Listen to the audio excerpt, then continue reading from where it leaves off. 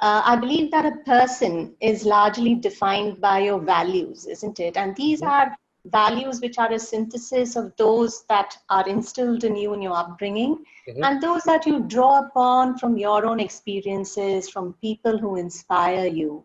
And the choices that you make are on the basis of those values, isn't it, as a person? Similarly, I feel that my dance is largely founded upon those core values that were instilled in me during my training with Valyaka, and I'm extremely grateful for that. And those principles and those learnings form the very core of my dance. And I continue to be driven by those principles, which apply to the spirit of the dance, to its form and to its grammar. Being true to a certain decision you make about how you want to execute a certain movement. And here I'm talking about exterior and interior of all aspects, not just the mechanics of the body shape and the inner core flexibility, fitness, balance, stamina, and all of that. I'm also talking about the interior self that is extremely vulnerable on stage and gets inhibited. We are exposed, you're this rabbit under in the lights of this thing, and you have to function, and you have to make the best performance of your life. So it is important to be ready with your tools, at the same time allow for things to happen, be in the moment, present. So it's mindful performance, and also because of to be able to do that, it has to be mindful practice, mindful preparation.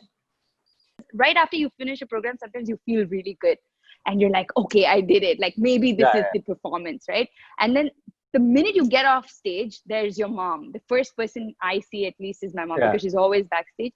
And she's like, Nana vela. And I'm like, she's like, Inno nana pannirkalam. And I'm like, okay, this is not what I wanted to hear. But, and then you guys come and you're like, oh my God, you were like so good. And I'm like, okay, fine. Some level of balance there. Like, but I think there's an equal, right? That's really, really important, because you can't just take everything, all the good things, and feel great about yourself. Neither can you just take all the harsh criticisms and feel like upset about it. I think that balance with the kind of people you are around, and the people who you value, if they tell you something, I think that makes all the difference.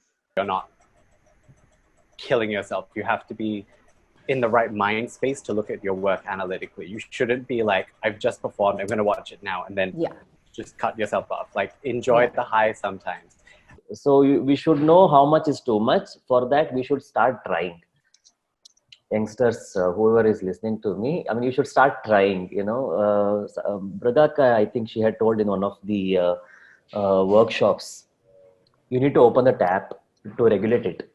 If your tap is closed, you don't know how much water you need, right? So it's important that you open up, stop worrying about others, and do not practice only to perform or for your Instagram lives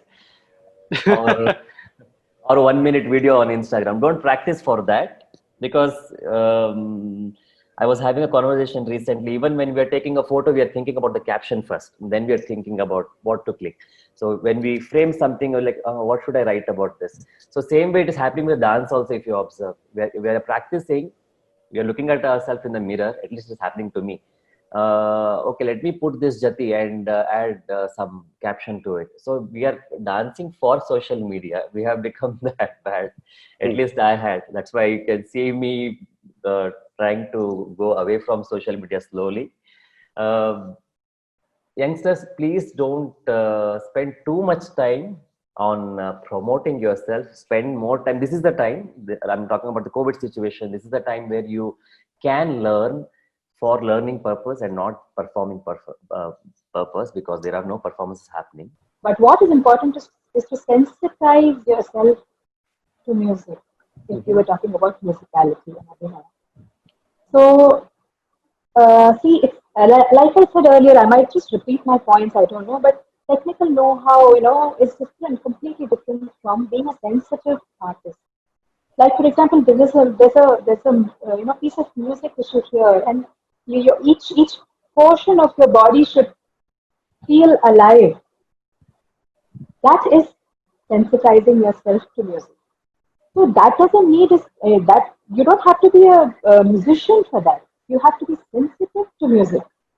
I think that's what. So people may think, oh, you're a musician, so it comes naturally to you. No, no, it might not. We might be. I might know this is by the way. This is Kedar and Ole, and all that is fine. But as a dancer, you have to sensitize yourself to the Kedar and Ole, or sensitize yourself to Kedar. It will be different. Your body, the way your body moves to each raga will be different. But you have to let yourself experience that, and that comes only out of constantly, just blanking your mind and just putting a piece of music and just see how your body moves to that. I think that's the only way you can get there to sensitize. So then, whatever raga comes, your body will automatically react to that at that point. I think it's just the sensitivity that one needs to work through. Just want to iterate that beyond Margam doesn't mean that we're jumping over Margam. It's going through something and coming out of the other end of it. And I think it's important that we establish that idea. No one is negating the importance or relevance of that practice, because it really is a foundation that most of us need. It's a skill set. Of all these people, afraid should I be? Of these people, concerned, why should I be? All these people should intimidate me, but why? Let them say what they want. So this kind of practicing this conversation in your head, right? It's like theater, right? There's a close relationship between theater.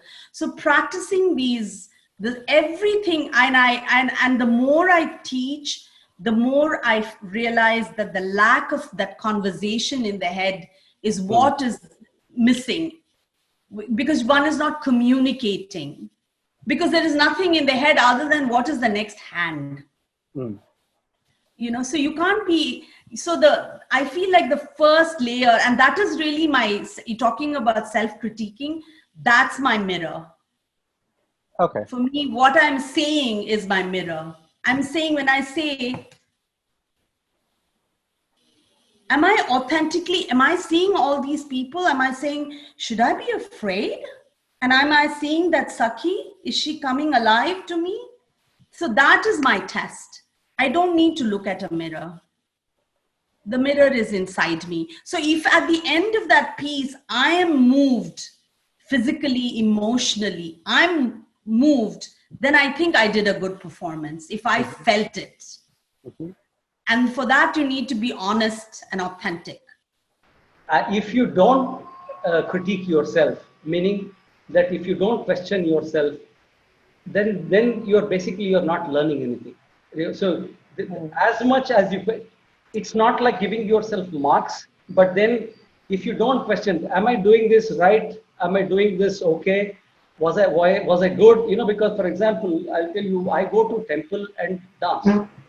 And nobody is looking at me sometimes, or my students or some parents are watching me. But I will do a Hanuman Jati, I have bhajan. I will be transformed, like Maithili was mentioning about her father, all that. I totally relate to that. Because, I was thinking of my father who gave me this chance to learn this art. So I'm not even probably thinking about Hanuman even at that time. So it's like that. So critiquing, sometimes it works. Like I asked, for example, if I don't dance for 2-3 days, and if I dance, I ask Deepa, she's my ballet master type. She's always mudra par eppadi irukku, kai par eppadi irukku, serapadi, and as much as she's like my student, but she's always looking at me and said, "Inikku unoda form nalla irundhudu."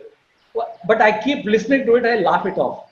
And of course, Mahalakshmi is one person I go to, and I want to reconfirm whether I am on the right track. Sometimes I go to older teachers, like I go to Janardhan sir. when I'm dancing, I feel like wonderful, you know, like I feel in it and I feel happy and I feel like I feel good, you know, and then I watch it and I'm like, that's what it looked like, you know, and it's just like, there's this huge disconnect between like what I thought I felt when I was dancing and how it looked. And I think that bridging that gap between part of it is also acknowledging like, we come with certain, like the way I dance is going to be a certain way, like physiologically I'm a certain way. I'm never going to have this kind of Adamandi or this kind of arms or, you know, like I think part of it is acknowledging certain things that are going to be a certain way.